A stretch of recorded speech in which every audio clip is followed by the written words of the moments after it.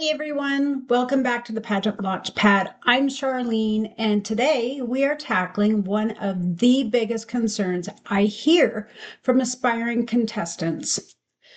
I can't afford pageantry. Well, let me tell you something.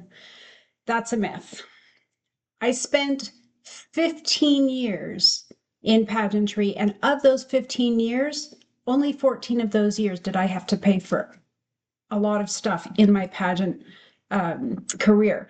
And this does not have to break the bank. In fact, some of the most successful contestants I know built their wardrobe on a shoestring budget.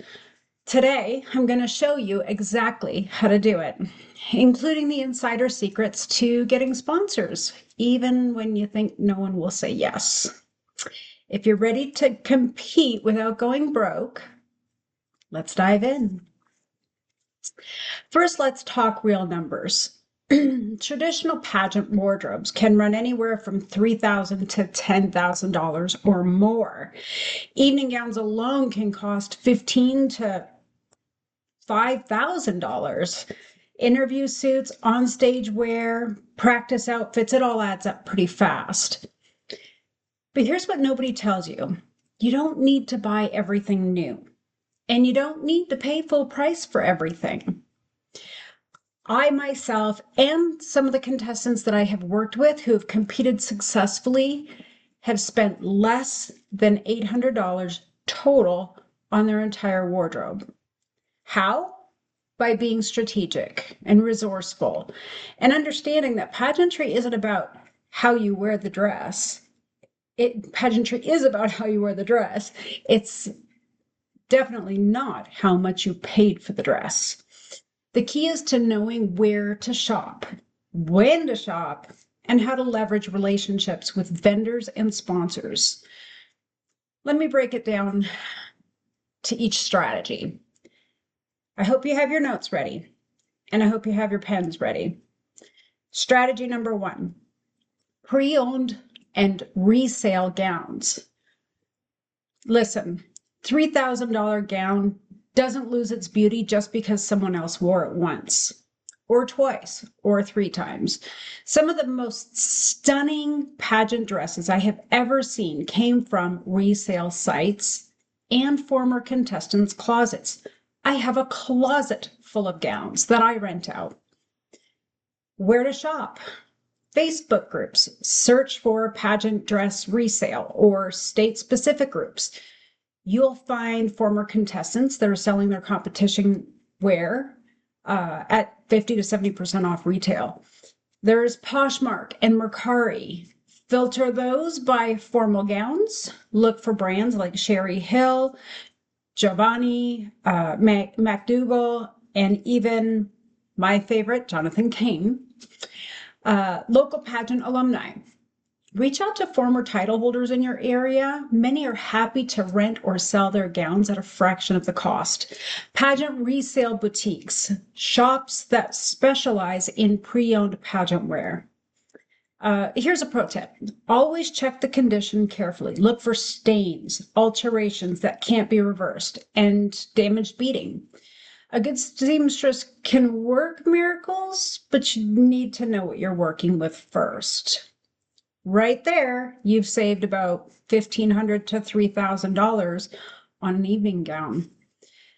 Let's talk strategic retail shopping. This is number 2. If you're taking notes, and you should be.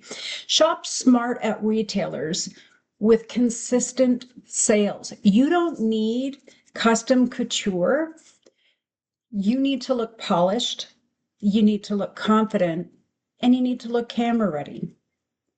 And here's where to find that without breaking the bank.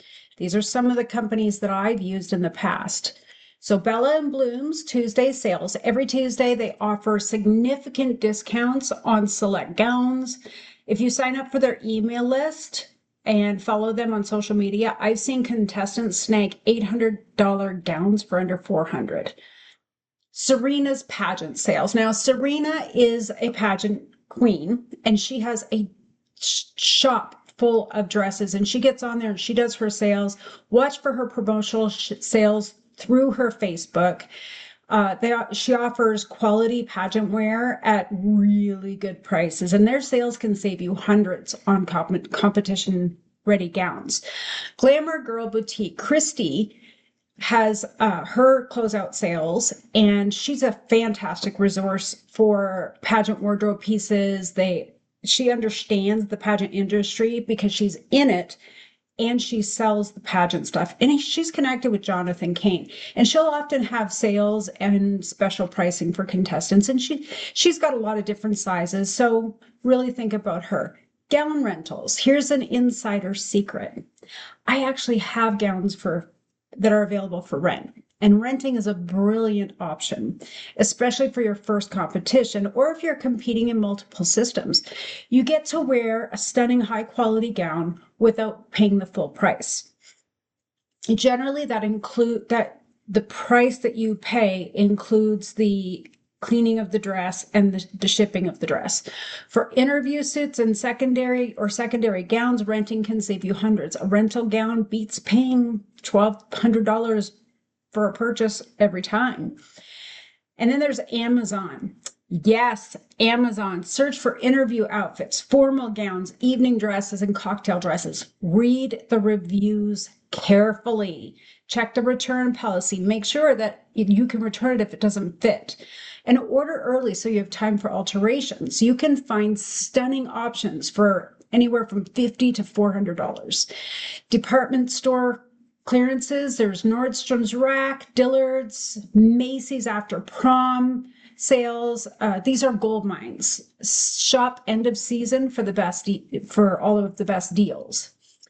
Online retailers like Lulu's, ASOS, and Revolve offer trendy, affordable options, perfect for onstage wear and photo shoots.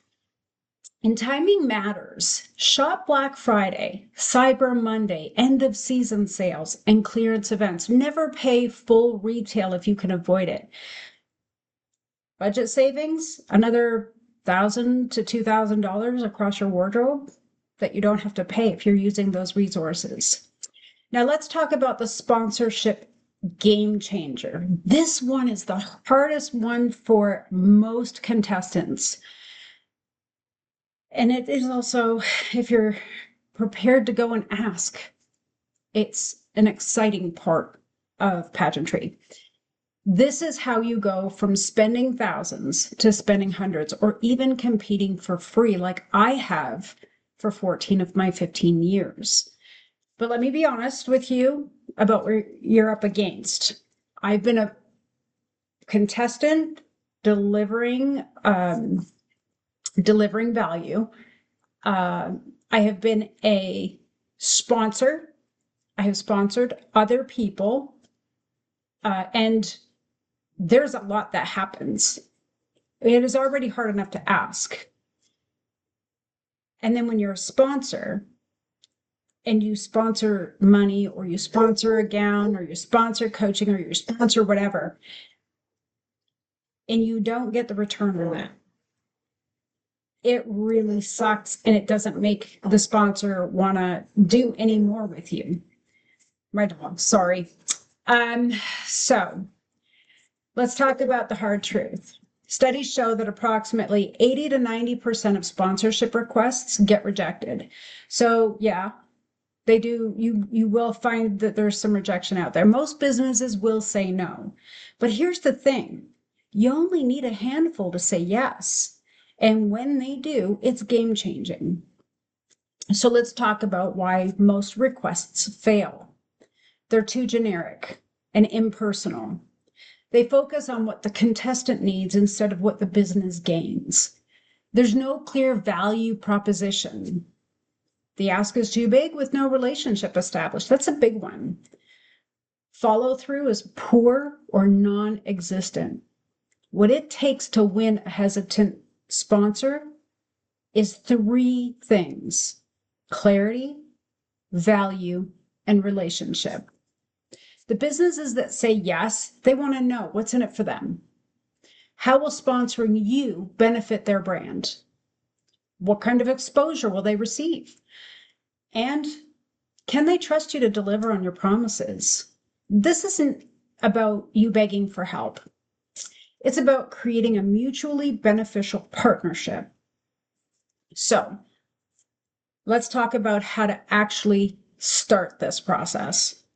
I'm going to give you the exact framework that works. So make sure you have your pen and your paper. I'm going to give you just a few minutes, just a few seconds to go and make sure you grab your pen and paper, because this is going to be important for getting sponsors. So I'm just going to give you a minute. I'm going to take a sip of my drink.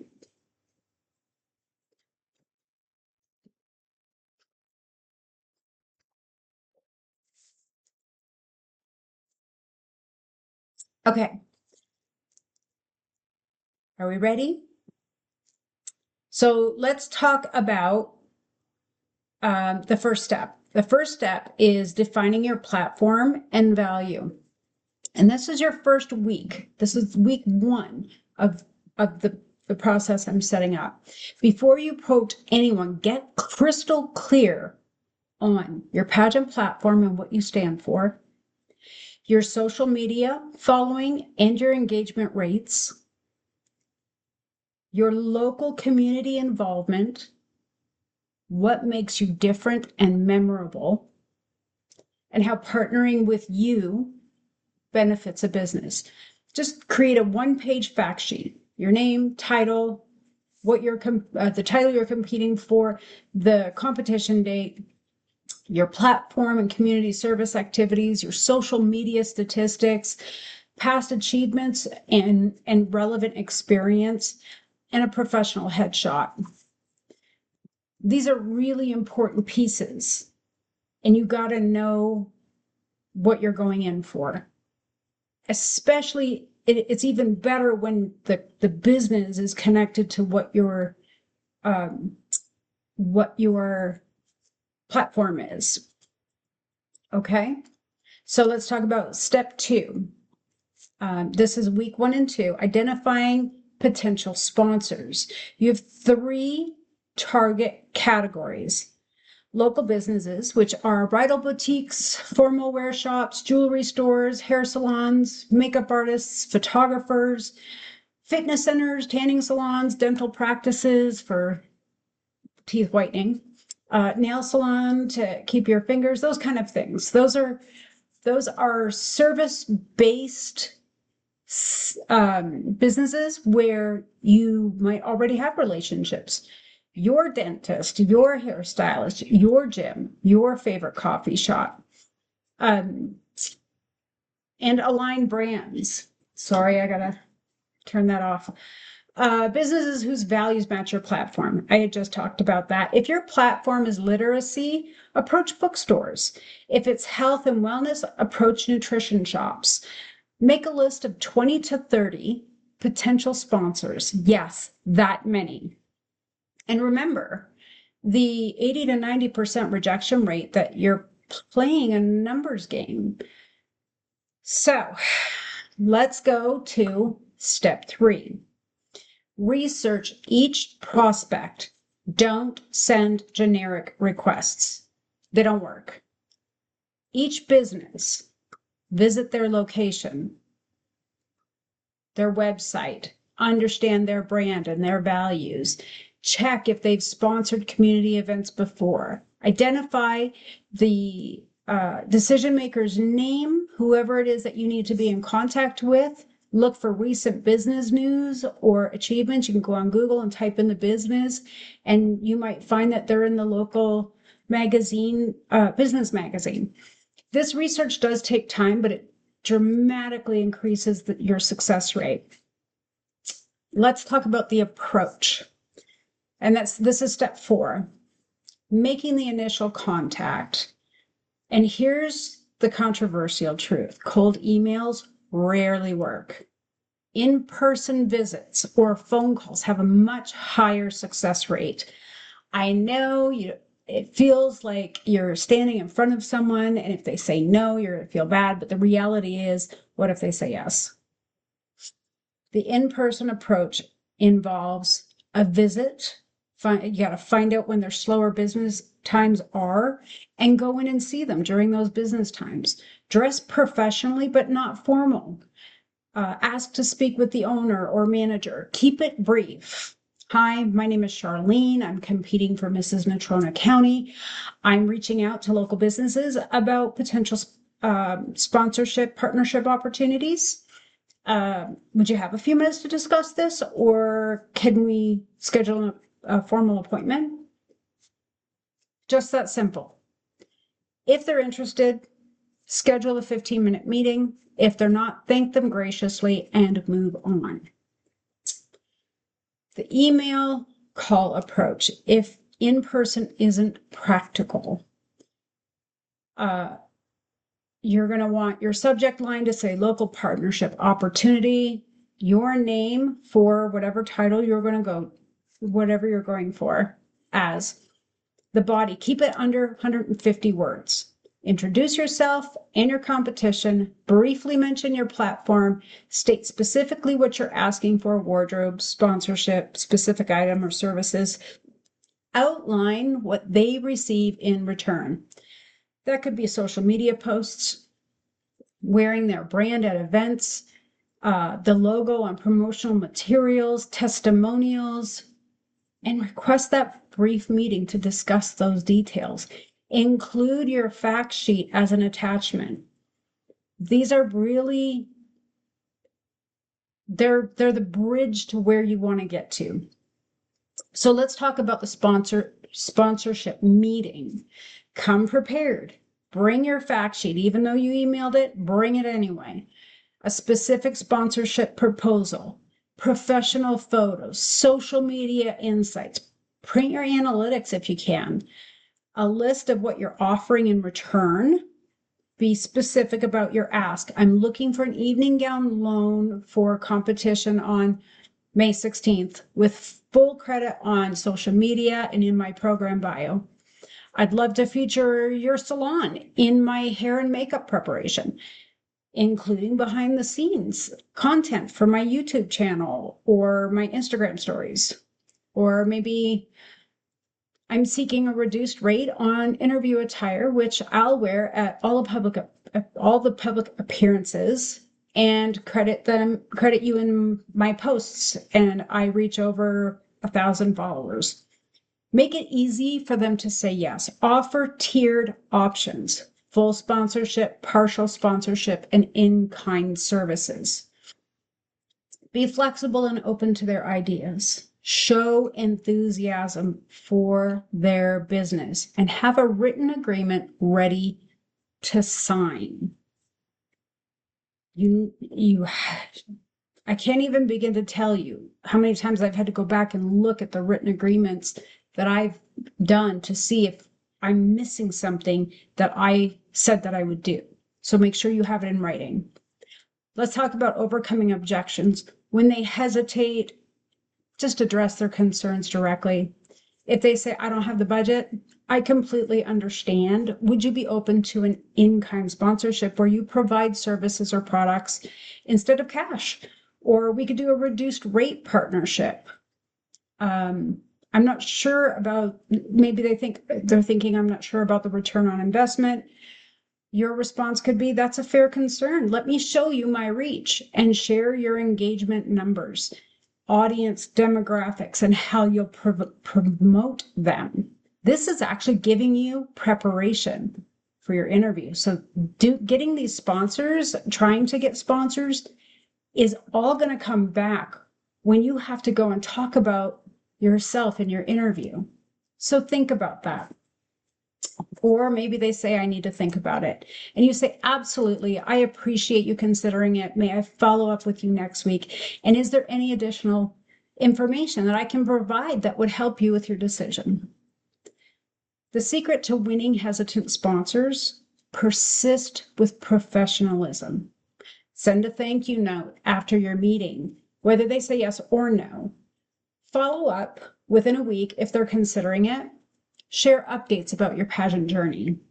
Build a relationship. This is where you will get them to say yes. If you build that connection, that relationship with them, they'll come back every year. I had some of the same sponsors for 5 and 7 years, but it's because I built that relationship with them. I followed through with what I was promising them, and they trusted me to do what I say I'm going to do. So relationship, and it's just the same.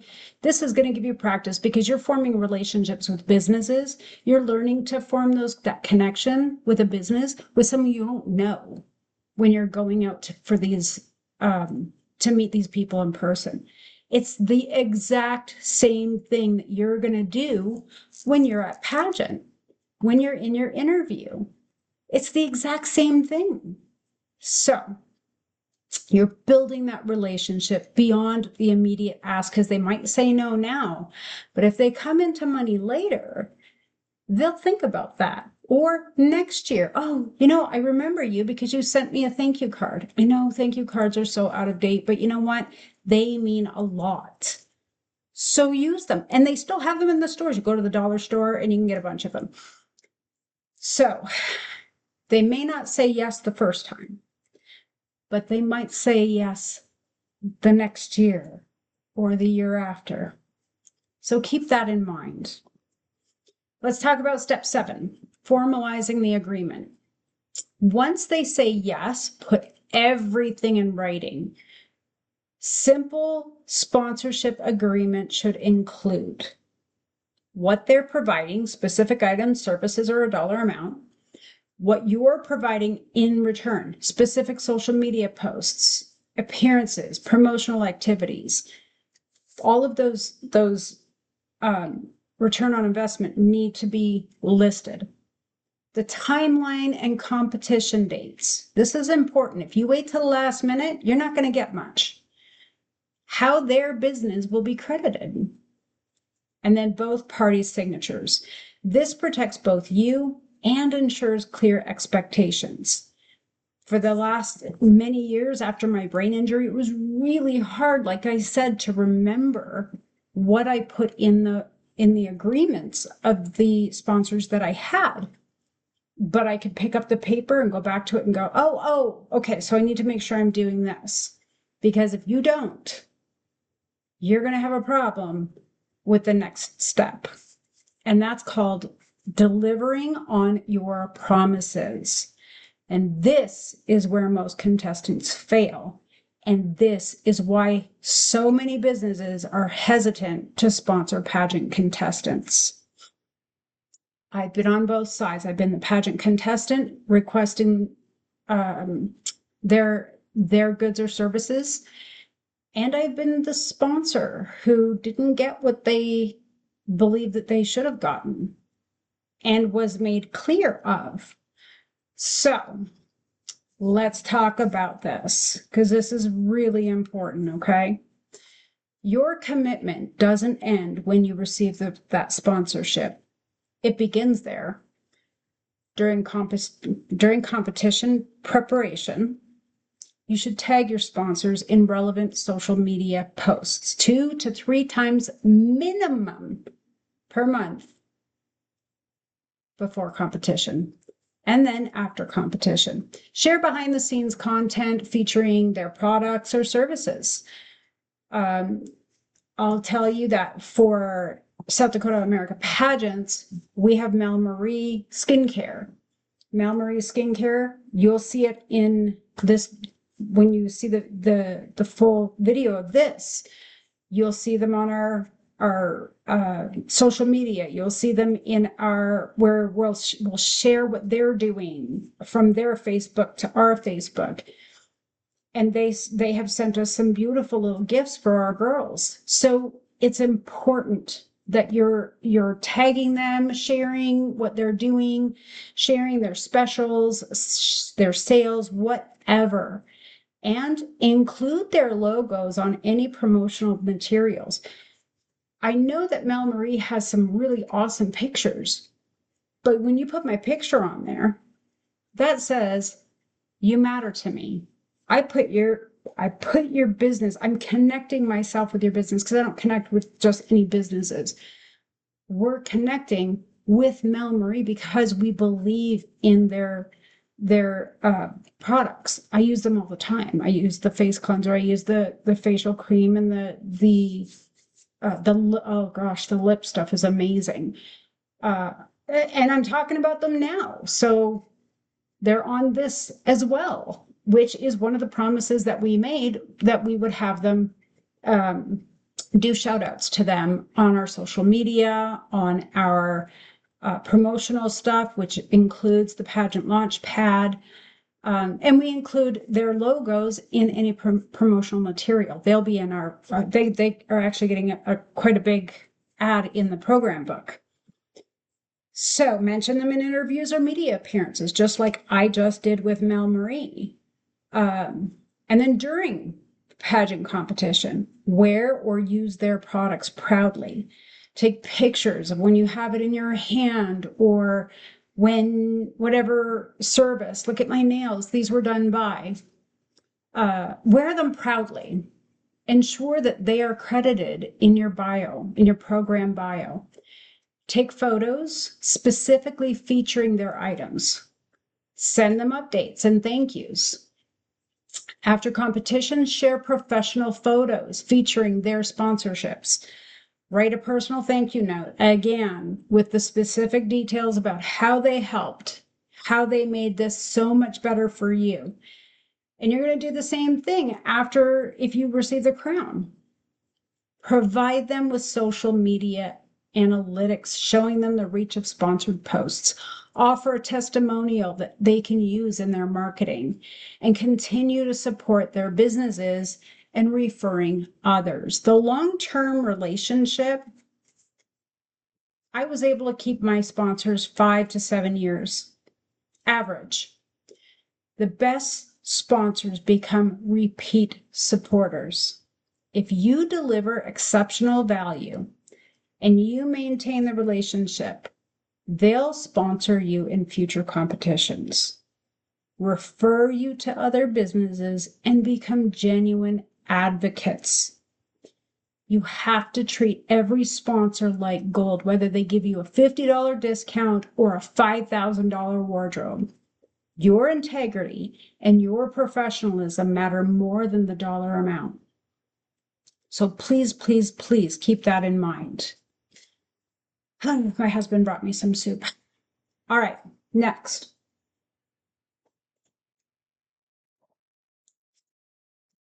Excuse me.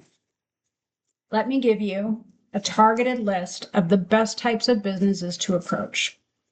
For wardrobe and beauty, you want to talk to bridal or formal wear boutiques because they want to showcase their dresses. Online retailers, approach the smaller boutiques, not the big chains. Local designers and seamstresses, hair salons and extensions specialists, makeup artists and cosmetic retailers, nail salons, spray tan services, jewelry stores and accessory boutiques. For services, for photographers, they get portfolio style or portfolio quality images. Videographers, personal trainers and fitness centers, nutritionists and meal prep services, dental practices for teeth whitening, that's a big one, dermatologists and med spas, personal development coaches.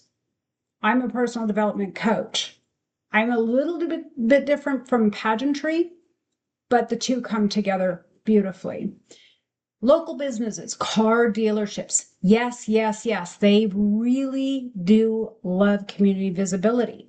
If you go to a car dealership, if you know you have a parade coming up and you need a vehicle, going to your local dealership and asking them if you can use one of their vehicles with their magnet on the side and put them in the announcement as you drive by in the parade, more times than not, because they want that community platform out there. They want the community to see them.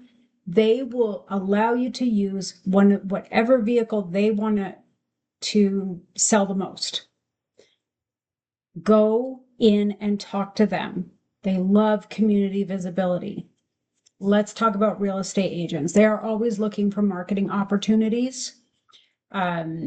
Restaurants and catering companies, like event venues, insurance agents, financial advisors, law firms, platform-aligned businesses, whatever your platform is. Like I said earlier, target businesses that share that mission. If you're advocating for children's literacy, go to the bookstores, go to the tutoring centers, go to the educational toy stores, and don't forget your own employer, if it's appropriate, your family's employers, alumni associations, professional networking groups, Chamber of Commerce members. All of these are opportunities. And Chamber of Commerce members, if you're asking them for the upcoming ribbon cuttings or whatever community events are happening, they'll know who you are because you went to them to find out what was happening in the community so that you could make appearances. And now they're seeing you out at those appearances. And now they know who you are. And maybe now you could connect tourism with it. And now you could be the face of tourism. Chamber of Commerce is so valuable. Okay, so here's what I want you to remember. Pageantry is not reserved for the wealthy. It is for the determined, the strategic, and the authentic. You can build an incredible pageant wardrobe on a budget by shopping pre-owned and resale, timing your purchases around sales, leveraging sponsorships strategically. Yes, 80 to 90% of the businesses will say no to your sponsorship requests, but that means 10 to 20% will say yes. And those yeses can literally transform your pageant experience. The key is approaching this professionally, offering real value, and following through on every single commitment. You're not asking for a handout. You're creating relationships and partnerships. So start with your list of 20 to 30 potential sponsors. Do your research. Make personal connections.